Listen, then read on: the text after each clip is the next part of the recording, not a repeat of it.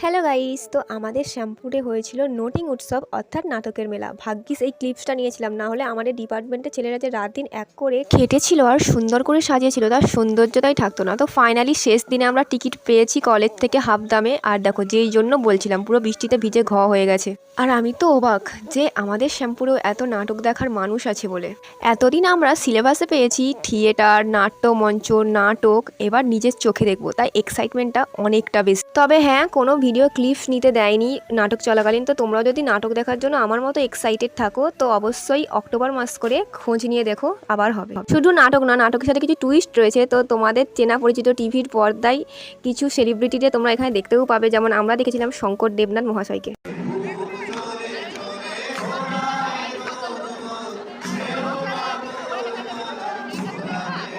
যদি আমার কাছে রিভিউ চাওয়া হয়, তো আমি অনেস্টলি রিভিউ একটাই দেবো, যদি শ্যামপুরে আবার হয় আমি আবার যাব।